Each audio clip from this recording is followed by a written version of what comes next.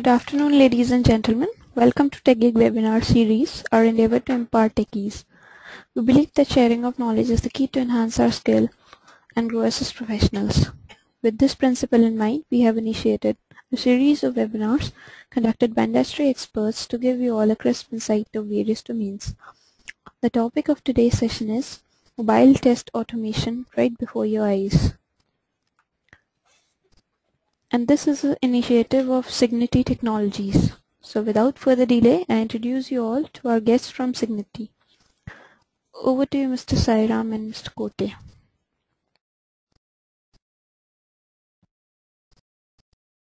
Good afternoon to all of you. Am I audible, guys? Very good afternoon to all of you. This is Sairam and Kote on behalf of Cigniti Technologies. So I have the pleasure of having Kote along with me. Kote works as our Senior Delivery Manager at Cigniti. With more than 12 years of experience, Kote has been driving some of very complex automation engagements for our leading clientele, particularly in the area of mobile test automation. Kote comes from a very strong experience of looking at automation solutions from web, client-server, desktop to all the way to today's mobile solutions. A little bit about Cigniti. We are the world's third largest independent testing services company, globally headquartered in Texas, and with more than 800 plus people. Our global test delivery center is based out of Hyderabad, and we are a public listed company. Today we serve a global clientele across technologies and verticals.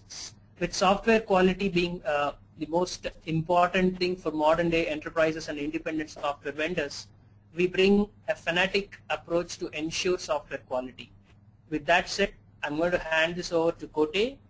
And today's automation on mobile test automation right before your eyes, it's a very exciting piece of topic, I must say, for all of us. And let us see what Kote has to offer. Thanks for being with us, and I hope this session is going to be extremely fruitful for both of us. Thank you so much. Kote? Thanks, Sai. Thanks for the introduction. Hi all, good afternoon. So today we would be basically discussing about mobile test automation, and here mobile test automation is how we would do the mobile test automation in the right way. So to do it in the right way, how would we build a framework which would be mostly a device agnostic? Why we would need a device agnostic framework and how we would build it is the basic agenda for this session. And along with that, we would see like different types of applications that can be built on mobile and different types of mobile automation solutions that are available for us and the tools that are available in the market supporting these solutions. That would be broadly our agenda for today. So if you see, the benefits of the session is, as I said, we would basically focusing on why would need a device agnostic test automation framework and how we would be building a device agnostic mobile test automation framework, and we would see some demonstration of our one of our sample automation script on a mobile app that has been developed for this session. So before getting into the actual technical details, if you could see the current scenario of the mobile market.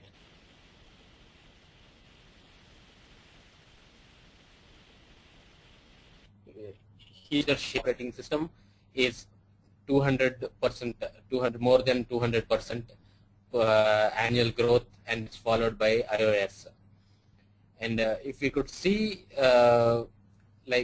from a manufacturer's perspective, like we have a number of manufacturers, and obviously Samsung being mostly into Android, it's growing at an annual growth of 300+%.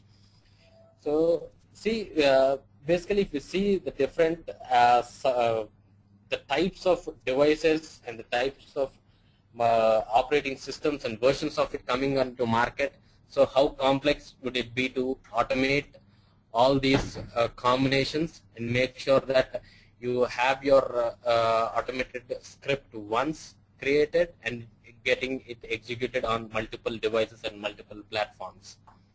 That's basically what the challenge of this growing market tells us. So basically, why do we need a automation framework, which should be basically a device agnostic, tool agnostic, and it should be like you write it once, but should be able to play it on any n number of devices that you wanted to be part of your testing. So while you read the slide, if I could recollect, recently we had one of our customers release on mobile automation, mobile testing. So we have a customer who is into mobile security solutions. They are a leading mobile security solutions provider in the US. So their release is coming into the market, which is basically having features which will allow you to control your mobile devices, basically to control children. You can it has features to control different types of apps that can be installed on a mobile, different how you would use your applications, how you would use your what kind of apps you can use, what kind of websites you can browse. It can have features something like a geofencing, where it's like if you define a range, and if your child is out of that range, immediately you would get a message to your one of your defined mobile numbers saying like this child is out of this geofence. So all these features packaged, and the release is just like we had 1 month of time to execute the tests, and we had around 40 plus device combinations and operating system combinations which we had to execute. So that's where the challenge was. So then we thought of like we cannot go and automate on each and every device. So there should be something, a way where we would record, or we would design the test steps on one device, but we should be able to execute it on multiple devices. So it can be like you can have you can spend time on saying that customizing or making your scripts compatible with all number of devices. You can spend that time, but it cannot be like you have to go and record it on, or design steps for each and every device that is compatible. So that's where the requirement or the need for building a device agnostic mobile test automation framework comes into. So just for the people who are new to mobile testing, to just give a brief background, there are three types of apps that can be built on a mobile. One is native apps, web apps, and then hybrid apps. So native apps are basically the ones that are built on the native programming language and can be installed on your actual device, and they have the capabilities to access your native device features. Like you want to access a camera or your volume controls, all the native device features are accessed over these native applications. So and the other ones are web applications. These web applications are just like browsing an application, browsing a website from your desktop, but instead of from a desktop, you would be using it from a mobile. So any website that is that you are able to browse it on your mobile is a web app. It's like basically a mobile version of the actual web application. So compared to native app, these web apps are really difficult in or involves more complexity and automation.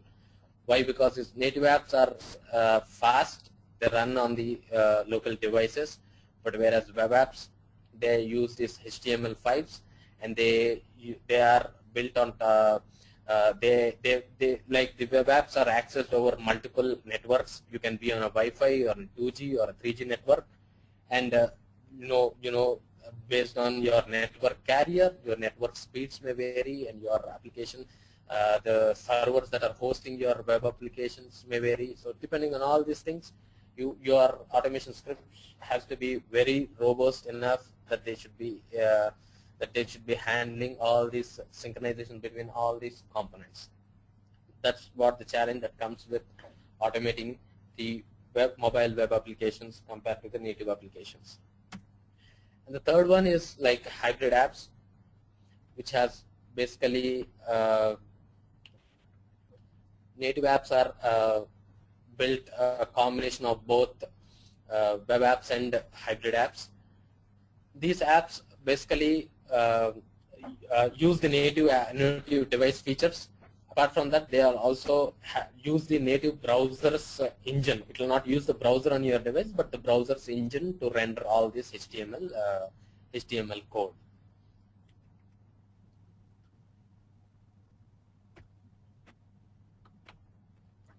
So, so if you see this characteristics of different mobile applications that we are seeing.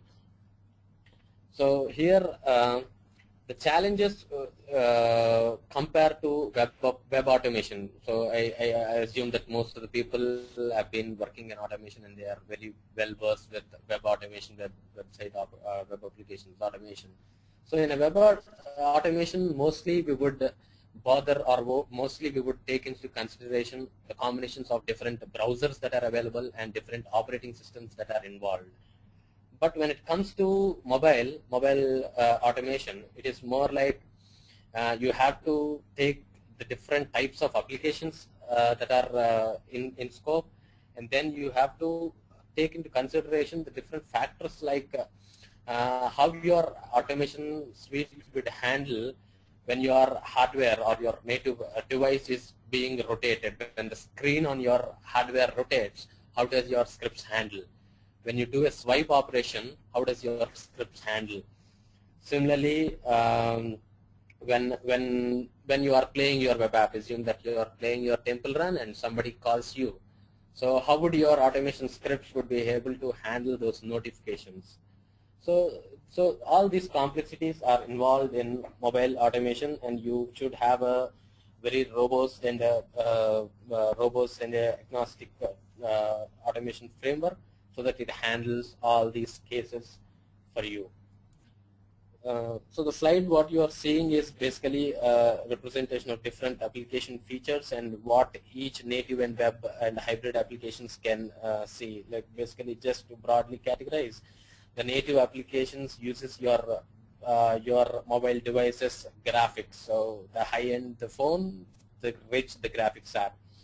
So when it comes to web apps, they basically use the HTML, and they are more customized by your developers to make sure that your user experience accessing the web is similar across multiple devices. So they are a bit low in graphics and quality. Similarly, the native apps can access your local camera features and the notifications and calendar and the contacts in your phone, whereas in your web applications cannot do it. But being a hybrid, it can do both of them. So it's basically like broadly we classify native applications are very rich in user experience, whereas hybrid applications are low in bit of user experience because they are optimized to be to have similar experience on multiple devices.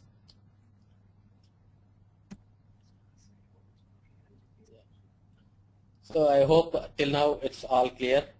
So I'm jumping into the actual automation solutions that are available in the market for mobile automation. So the different mobile automation solutions that are available in the market currently for us are basically based on these technologies. One are image-based recognition, and the other one is OCR-based identification, which is optical character recognition methodology, and the others are native object identification. So in image-based recognition, what the tools allow you to do is like basically you capture the image of the object, and then you prepare a repository of all these images. And when you play back your automation suite, this repository, the repository of images are compared against the runtime image and then matched and then perform the action on.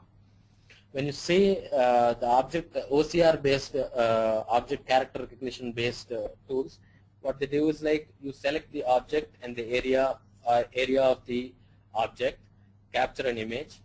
So from that object and the image, you will be able to read the characters on it. Something like if I have a S button, you capture the image of that yes button, and actually what it does is like it reads the yes text from that image and compares that text at the runtime.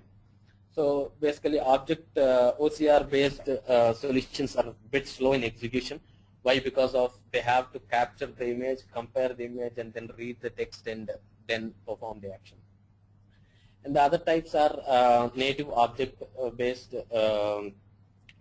object-based tools, which basically identify your objects based on the properties. So to allow you to do this, they have to the tools has to have access to the native APIs of the device. So here, if we see, basically there are two ways in which the tools can access the objects of your applications, mobile applications on the device.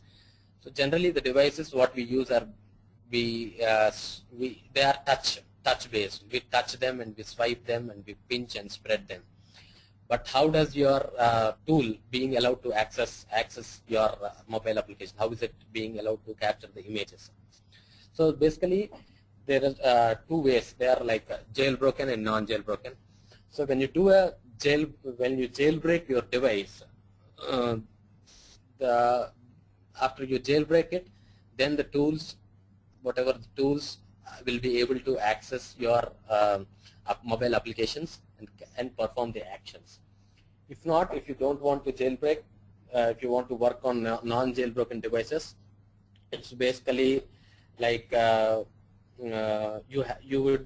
each tool would be providing a small code snippet or a small app that should be deployed onto your device, and that would be executing in the background. And whenever this tool tries to perform an action, that code snippet gets access, gets ready, and that would actually like sends back the messages that are being performed onto the tool. So these are basically the different types of automation solutions that are available. And the next slide, yeah, this slide, if you could see it. So these are the different tools that are available in the market for us, which are based on the solutions what we have seen earlier. So these are broadly, like, we have experience working with all these tools. I've mostly worked with most of these tools. So if we have to categorize these tools, like Experitest is one of the tools which actually like has the capability to read it based on your image or OCR or native objects. So it's basically it depends on the situation and the need you have. Based on that, you would be choosing the tool what you wanted. So something like if you want your automation tool to be executed in multiple environments, like you have your iOS and Android device to be tested, but the automation tool and where you are executing the automation suite has to be on a Mac and has to be on a Linux and a Windows, then you go for something like an eggplant tool. And if you want to have a cloud-based solution, so just like you have all your devices in the cloud and you want to connect to the devices, you perform all your testing there and get back. So such type of solutions are provided by Perfecto Mobile and Keynote device. And there are some other open source tools based on like these open source automation tools like Sequoia or PhoneMonkey. They give a decent coverage, but there are some compromises. So it depends purely on what the need is and what do you want to do. You pick up the right tool. So here I would just like to show automating a sample scenario. How would you do automation of a sample scenario? For this demo purpose, we have taken CTest as the tool, which is from Experitest, and we are automating a sample scenario.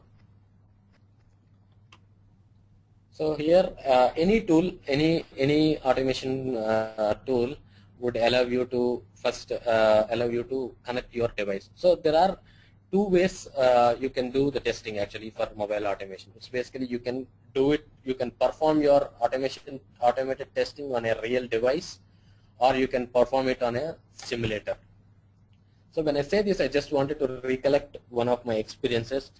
One of our clientele who is in a payment gateway industry. So what their app allows you to do is like it's basically you visit a restaurant and you have to pay a bill. Nowadays it's no more a credit card bill. You pay it through your mobiles. So it's just like you add the merchant and just pay it from your mobile. You provide the credit card details and you pay it from your mobile, and they are credited into the merchant's account details. So that's how this app works. So we posted while testing, we posted a critical defect, and the next day itself it was closed, saying that it was not reproducible. So again we retested it and found to be same. So there was some discussions happening, like between the developers and the testers. There was discussion like, yes, it's not reproducible, and yes, it's reproducible. After a lot of analysis we found out that actually the developer was trying to reproduce the defect on a simulator on his dev environment. He was using a simulator where generally, because they develop on one platform, they don't check it for multiple compatible devices. So actually they were doing it on a simulator, and the device was the defect was not being seen on the simulator. Whereas when we retested it on the device, and when the developer himself retested on the device, he could see that it's getting reproduced. So just wanted to emphasize the difference between testing on a real device and a simulator. So it's always like when we do mobile testing, we would better to do it on a real device, because like it would actually be a combination of your software and your hardware. The software runs on a piece of hardware accessing your native hardware device resources. So when you run a simulator, it's basically the platform on which it is running is a different thing. Your desktop or your system platform and the operating systems are completely different from your native real devices platform. So that's where the difference is. So this tool allows you to connect your mobile device. You could perform all your testing on a real device. So you connect this device using a Wi-Fi or a USB port. You can connect it, and then basically you select the type of device you are selecting and load it. So once you load it, what you do is like you can see that whatever there is an emulator that comes up once you connect your device, and you can see clearly that it's an emulator, not a simulator. So whatever you perform or whatever you do on the device are reflected on the emulator, and similarly if you do something on an emulator, it is exactly reflected on your real device. So once you have your device connected, connection between the device and your testing automation tool established, you would basically launch your app and create a repository of all your objects. So you capture all the images what you wanted to perform action on, create a collection of all the images, and then record all your test steps that you want to record. So basically once you build the repository, you record all the test steps that you want to build. So once you record it, there are all sequence of test steps. So you have to make them more reliable, what you have to do is like you have to enhance your script by inserting proper synchronization steps like wait for commands, and similarly enhancing your verification point, like check if this text is available, if this image is appeared or not. Similarly, wait for this image. So you could see the screenshot, I hope. So this is how we enhance this screenshot, the recorded script, and then we execute it. So after enhancing it, putting all your verification and synchronization steps, go ahead and execute. And specifically, any tool gives you a detailed HTML report which has a description of each command that has been executed and the screenshots of all the commands that are executed. That's what the tools give. And I hope like everybody understood how we would basically work with these kind of automation tools. So here are a few best practices that we should follow while automating this. So basically, you always try to have only one device open. Don't try to have multiple devices, and also have the recording short, not like very lengthy. It should ideal to be between 10 to 15 steps, and plan your flow before you start recording, and create all the collection of images that you want to create, and then do the recording and execution. So here I would like to show whatever I have been explaining you. I would like to show you a live demonstration of it. So I would like to show you how we would really load a file, and how it would enhance the script. So if you could see here, I am just loading I'm connecting a real device. I've given a name. So once you connect your device, you could see the status is changed from ready to open.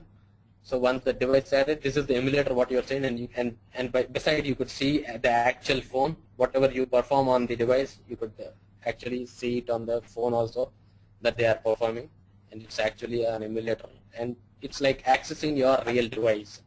So if you could see here, I've opened one small sample app, and I'm trying to create an object repository, a collection of images. So I'm capturing this yes image, yes as an object, create that image and put it into. So you can also have, there are different types of methods. You can also have the text to be used for replaying back.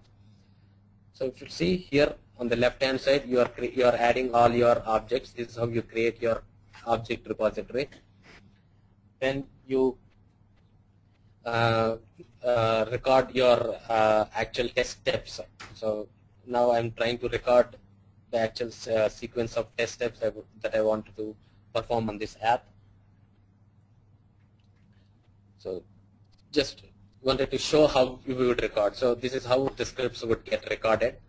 Once these are recorded, then you have to enhance it by adding proper synchronization steps. And so here I'm adding a synchronization step saying like wait for this element and then perform the next action. So here I'm saying wait for yes object to appear, and then similarly I'm saying like check if this yes image, yes text is found or not. So this is how we basically enhance our scripts.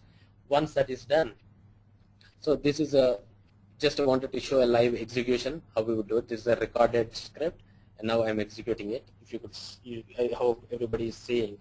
So when I record it, you could see the actual test script being replayed on the actual devices beside your on the screen.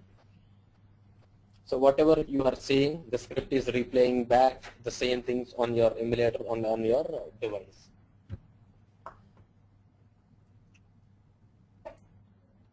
So this is how you could see. So the actual steps that are getting executed in the tool are being seen on the emulator, and the same steps are being performed on the device. So this is basically like all your whatever you are executing is basically on a real device, and it's accessing the device native device features. So said this is how this C-test or basically any mobile automation test tools work. So but now we have recorded a script, we have completed one script, executed it, but how would we make it portable, compatible and portable to multiple devices? So we cannot go and if we have some 10-20 device combinations we have to execute, and some 20 combinations of OS versions we have to execute our scripts. It is not that you can go and record each same test case on each of these devices and execute. So you have to build a framework around it, saying like how you would be like I've recorded it in one device, and now I wanted to execute it on any of the devices which I want to choose.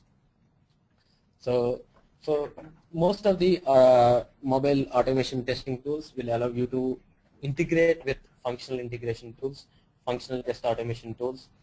So what they allowed is like the SIG test would allow you to integrate your whatever code or C-test engine with the functional testing tools like QTP, or you can integrate with the TestNG framework, and you can build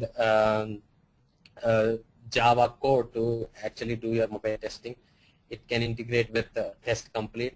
So you can basically take your mobile test automation engines that performs the actions and put it into your functional automation approach and build a framework around it.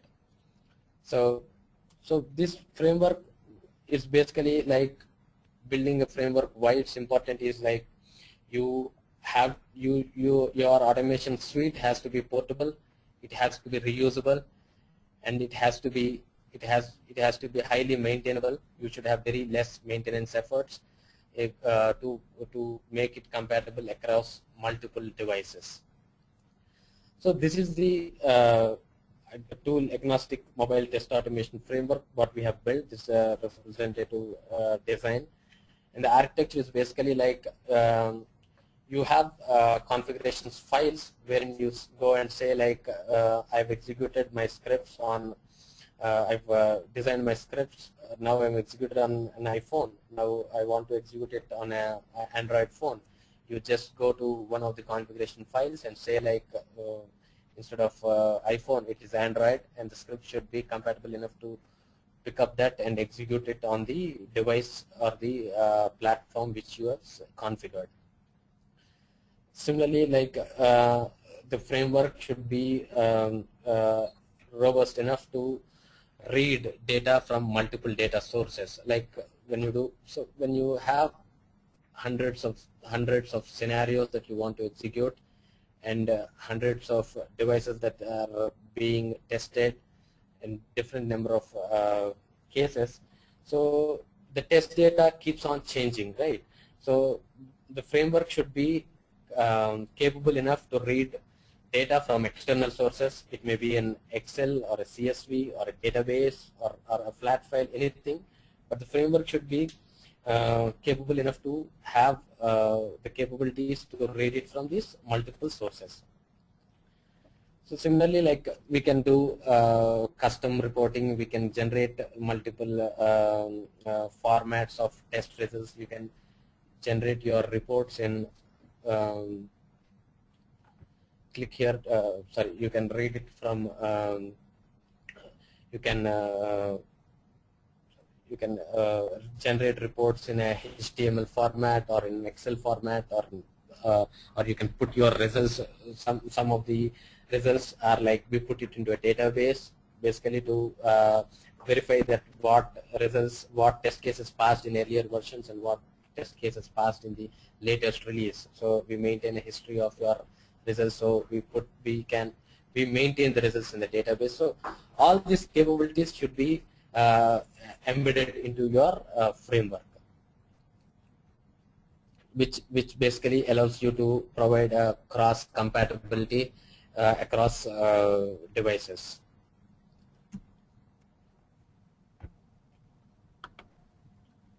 So so we have built we have integrated this expiry test engine with a TestNG framework into a Eclipse IDE, and we have developed a framework. What I've been showing you, the design of the framework, we have developed all the different components that are required.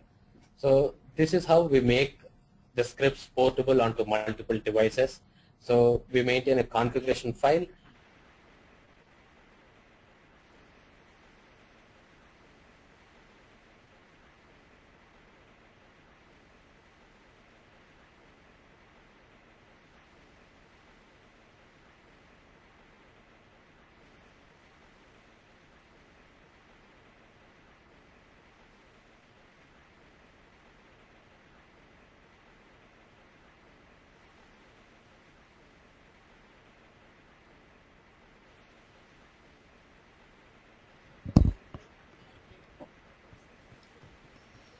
There's no sound coming from your end, Kote.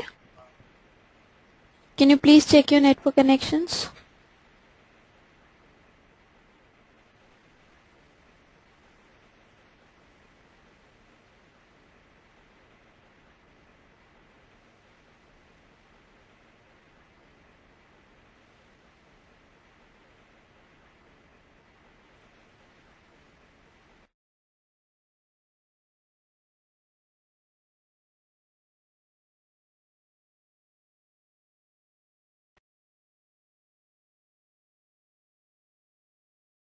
when you see the same app and the same object in an iPhone, it may be in a different color. So what you have to do is like we will maintain our repository and a collection of images, something like you point that this image, something like your yes button in an iPhone it's in a red color, and you have to use this image when the configuration says like it is an iPhone, and say like when it is an Android, this is the image that you have to use, which is in green color. So that background intelligence is embedded into your automation framework, that it allows you to say like if it's an iPhone in the configuration file, I'll go and pick up this image, and if it is an Android, I'll go and pick up this green image. So that's how you make your object collection of your object repositories and the collection of your images, so that the scripts are portable onto multiple devices.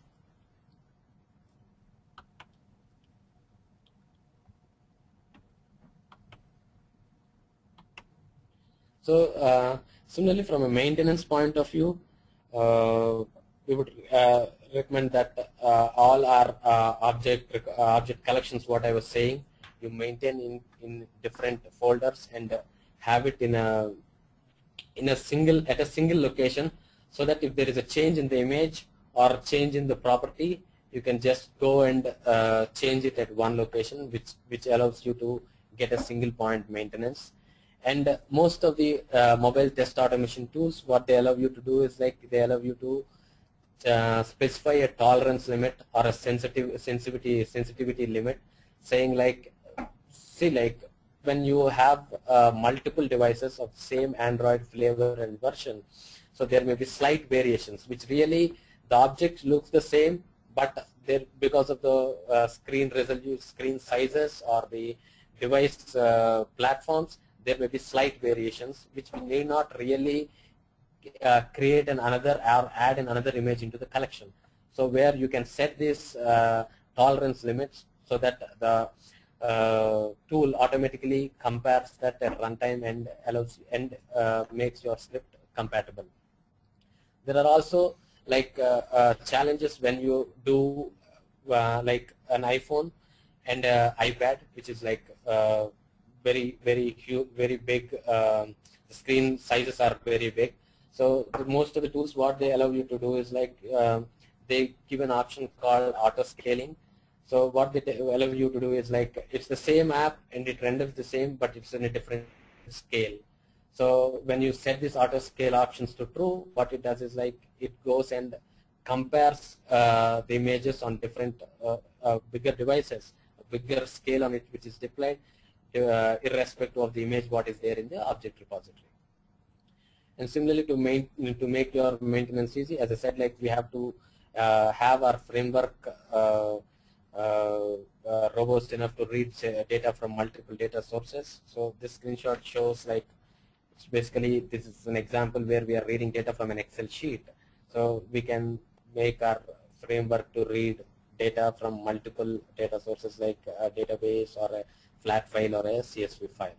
This allows you to maintain your script very easily and reduces your maintenance efforts after your automation suite is developed.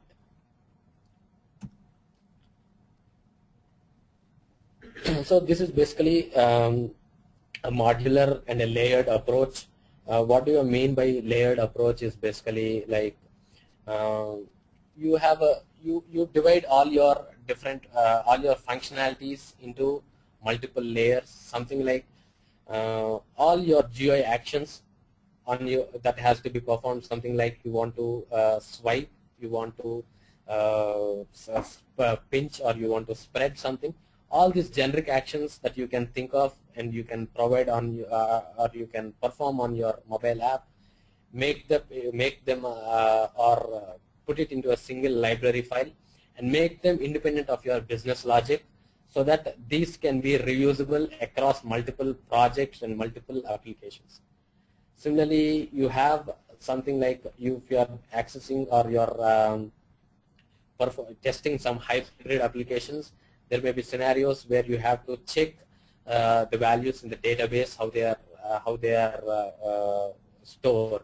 So all the actions, all the connection objects, or all the data retrieving logic of your database should be in a separate library, and there should not be any interdependency of your GUI library on the database library, or on the database library on your business library, so that all these would be independent. And if you want to reuse them in a different project or a different app, it would be just like you can just put them ready and you can just start working on the next project. You need not remove all the business logic again, clean them up and use them.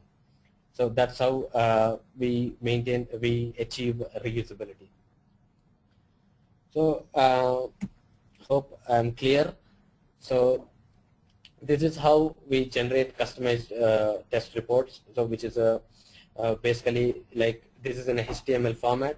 We can generate reports in Excel or CSVs. For this demonstration, I'm showing it in an Excel format. So this is a summary report where it shows like the different test scenarios, what you have executed and what passed and what failed and what environment, like the device on which you executed, what is the operating system version you have executed. So all that can be put it as a given as a summary report, and then you can provide a detailed report where you can see like each test step, what happened, what are the different test steps that are performed in a test case, and where actually like which test step has failed and why it has failed. See, if you could see one of the steps says like there is an invalid credit card number and that's why the test step failed, and we can even attach screenshots and link back to this failed scenario so that there can be a hyperlink. When you click on this failed link, it can show the actual result or actual screenshot where it has failed. So that's how we can build the customized reports. So this is broadly our theoretical representation of our framework. I would like to show a video demo of how the same thing what we have seen would work with a framework. So, yeah, and after this we will take up the questions.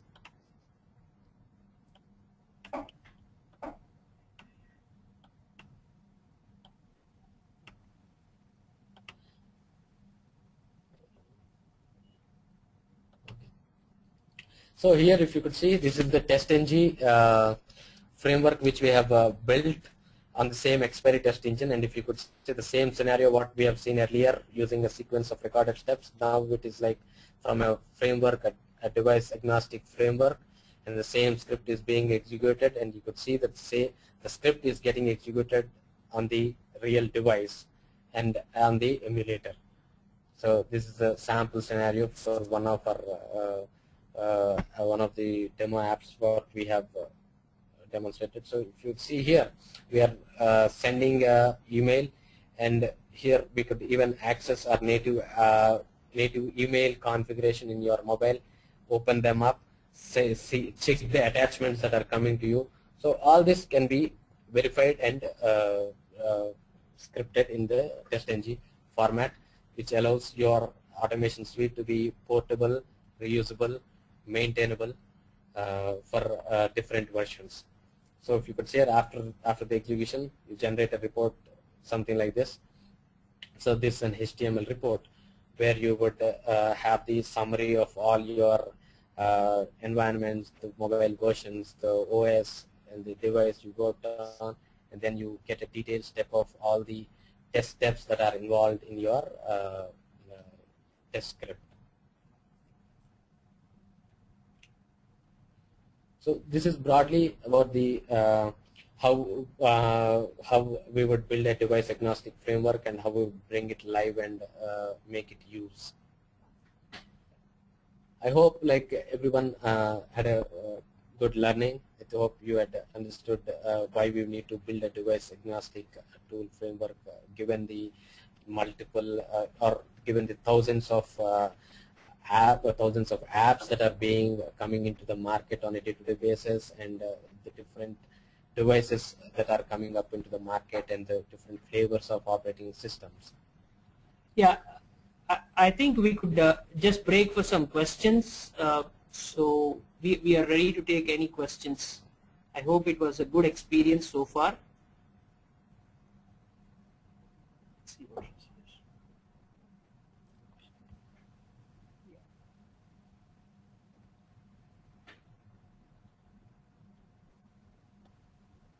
Yeah. Okay. So let me try to read the question out, and then there's a question: what tools could be used for UI testing on Windows 8 Metro apps, by Nikhil Ketkar. Kote, would you like to comment on that one?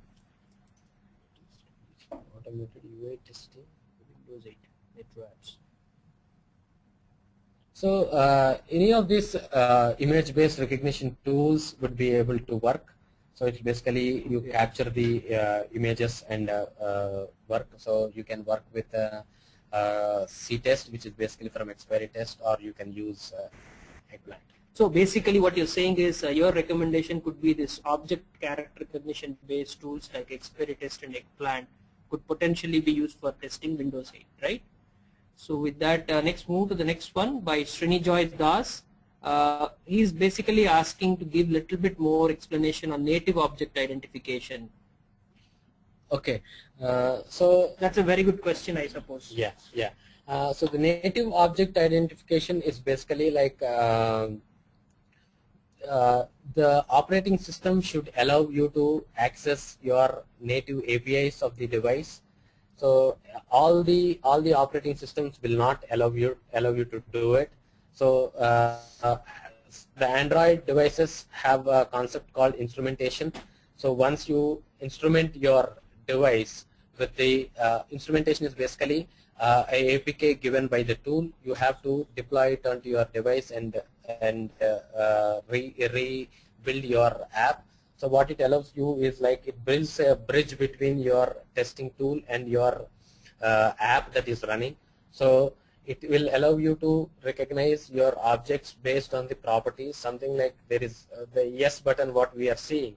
So it allows you to say like this, there is an object called button, this class is button, and its ID is some txt button, and its text reads as yes. So it's just like how you would do automation for your web or desktop applications. Right. I think that was a very detailed answer. I suppose it was clear. What if we could have two similar images? Should we be adding additional properties in the image-based object identification? That's a question from Abhilash Surapaneni. Actually, like that's a good question. So we can add additional properties like the location of the image and where you are seeing it. Based on that, maybe we can recognize the different same images, same right. type of images. And we also can use the OCR technology on top of it to recognize it. Nice. So would you want to answer this one? What is the difference between emulator and a simulator? That's coming from Mr. Hari. Sure, sure. So basically the emulator and simulator, what I was, I think like I've covered it in the session earlier, but I would like to elaborate it again. So simulator is basically only the software. It doesn't work, it doesn't interact with your hardware device as such. It is the software which reflects how your mobile phone would look like. Yeah. Considering the fact that the audience, I'm sure, can figure out the difference, let's pick up another technically deeper question. So which scripting language would you use to record these steps? I think that's... basically whatever the tool has its specific language. Like expiry test uses its own language, which pretty much like English, right. And if it is an eggplant, it uses something called sense talk, right. which is its own language. Right. But if you have to integrate with any of the functional frameworks, you can use VB scripting, or you can use Java scripting, or you can use core Java. Right. Develop your script. I think there's a very interesting question from Karthikeyan Ravichandran, though he isn't here now. Would there be any dependency in using your emulator in a localized operating systems like a Japanese OS?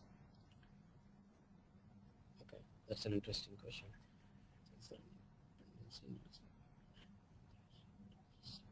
No, there shouldn't be any because it is basically when you use your image recognition technology, it is basically like you capture the image and compare that image with the same thing at runtime. So there shouldn't be any. Wonderful.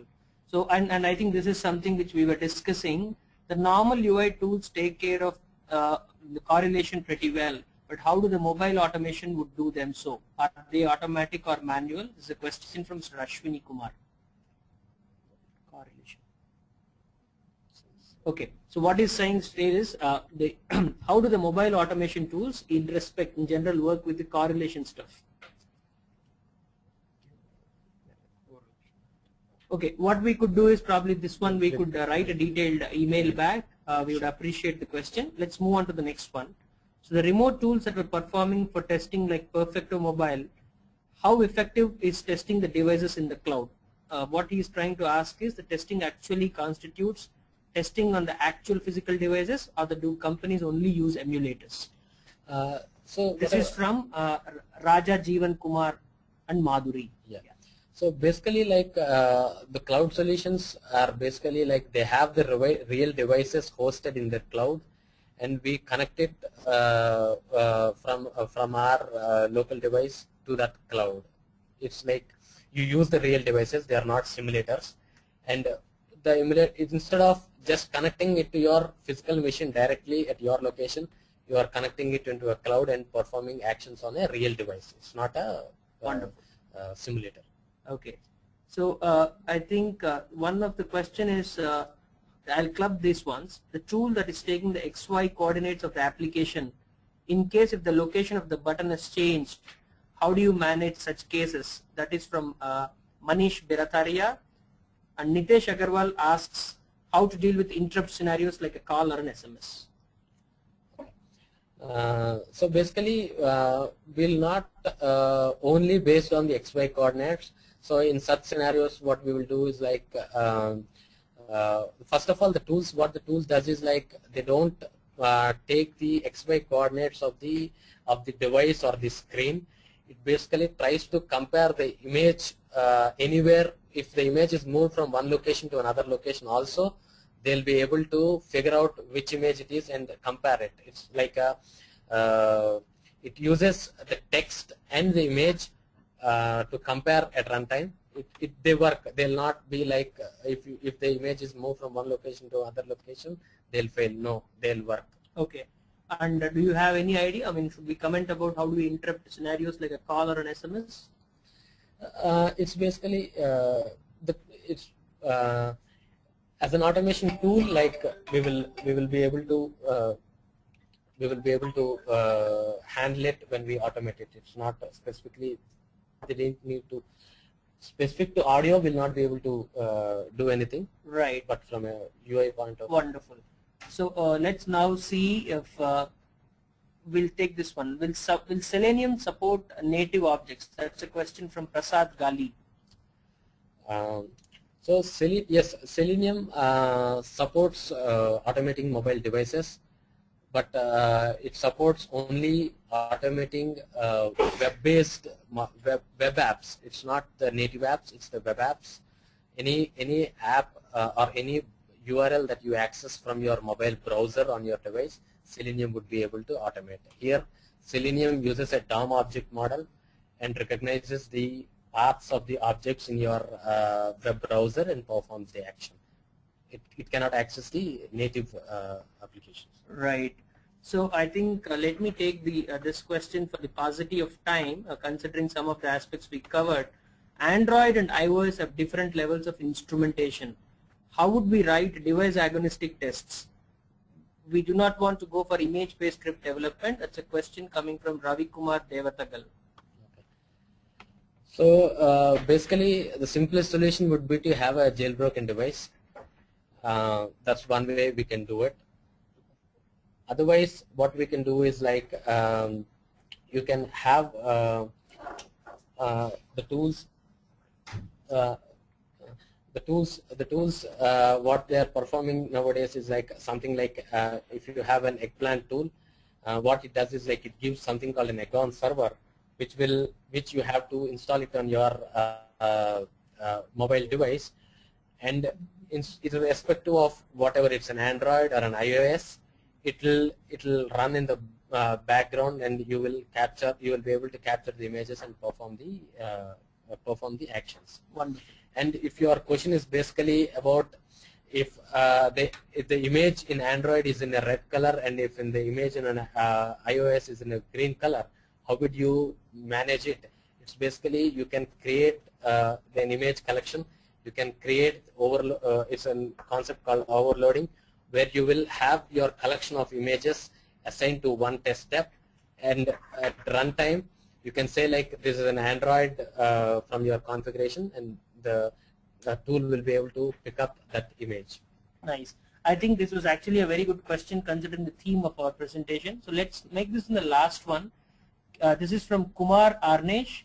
Can we write a script in English and could I run the same scripts on the international languages like Japanese or German? Would it work directly? That's the question.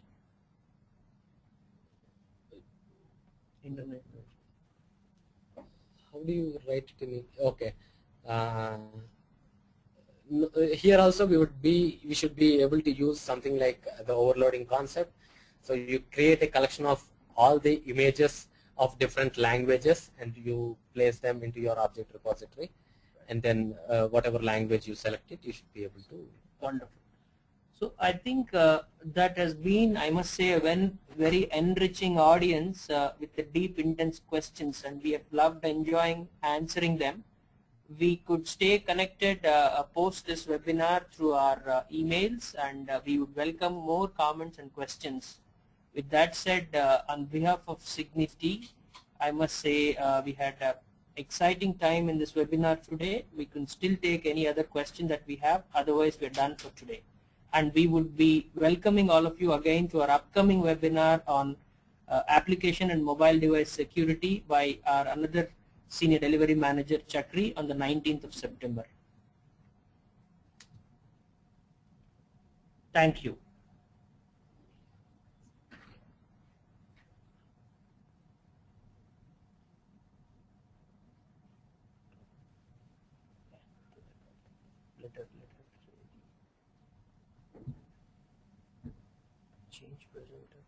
Well, thank you so much for the presentation, Mr. Kote.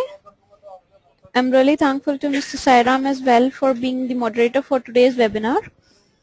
Thank you so much for answering the questions as well. I would also, on behalf of Cigniti, yeah, we thank the TechGeek platform also for having arranged this one. Thank you. I would also like to thank all our participants for the support in making this webinar a success. The recording of the session will be available on techgeek.com.